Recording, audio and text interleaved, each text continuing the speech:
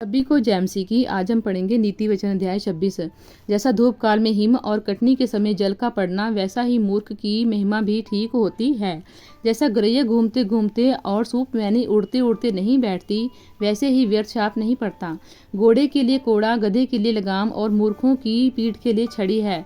मूर्ख को उसकी मूर्खता के अनुसार उत्तर न देना, ऐसा न हो कि तू भी उसके तुल्य ठहरे।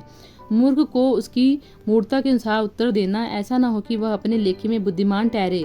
जो मूर्ख के हाथ में संदेश भेजता है, वह मानो अपने पांव पर कुल्हाड़ा मारता और विष पीता है। जैसे लंगड़े के पांव लड़खड़ाते हैं, वैसे ही मूर्खों के मुंह में नीति वचन होता है।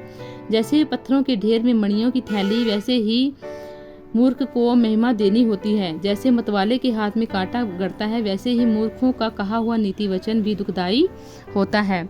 जैसे कोई तीरंदाज जो अकारण सब को मारता हो, वैसे ही मूर्ख का या राहगीरों का मजदूरी में लगाने वाले भी होता है। जैसा कुत्ता अपनी छाड़ को चाटता, वैसे ही मूर्ख अपनी मूर्खता को दोहराता है।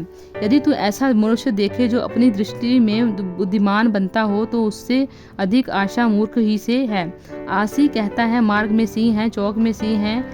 जैसे किवाड़ अपनी चूल में घूमता है, वैसे ही आलसी अपने खाट पर करवटें लेता है। आलसी अपना हाथ थाली में तो डालता है, परंतु आलस के कारण कोर मुंह तक नहीं उठाता। आलसी अपने को ठीक उत्तर देने वाले 7 मनुष्यों से भी अधिक बुद्धिमान समझता है। जो मार्ग पर चलते हुए पराये झगड़े में विघ्न डालता है, वह उसके समान है जो कुत्ते को कानों से पकड़ता है। जैसा एक पागल जो जलती लकड़ियों और मूर्ख मृत्यु के तीर फेंकता है, वैसा ही वह भी होता है जो अपनी पड़ोसी को धोखा देकर कहता है, मैं तो मजाक कर रहा था। जैसे लकड़ी ना होने से आग बुझती है, उसी प्रकार जहाँ कानाफूसी करने वाले नहीं, वहाँ झगड़ा मिट जाता है।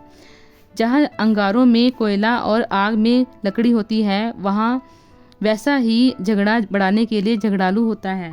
कानाफूसी करने के लिए वचन स्वादिष्ट भोजन के समान भीतर उतर जाते हैं। जैसा कोई चांदी का पानी चढ़ाया हुआ मिट्टी का बर्तन हो, वैसा ही बुरे मन वाले के प्रेम भरे वचन होते हैं। जो बैरी बात से तो अपने आप को भोला बनाता है, परंतु अपने भीतर छल रखता है। उसकी मीठी मीठी बात की प्रीति न करना, क्योंकि उसके मन में 7 घिनौनी वस्तुएं रहती हैं।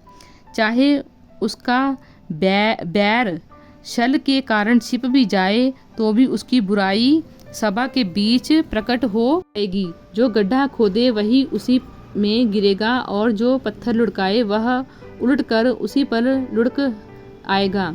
जिसने किसी को झूठी बातों से घायल किया हो, वह उससे बैर रखता है, और चिकनी चुपड़ी बात बोलने वाला विनाश का कारण होता है। प्रभु इन वचनों द्वारा आपको आशीष दें। आमीन।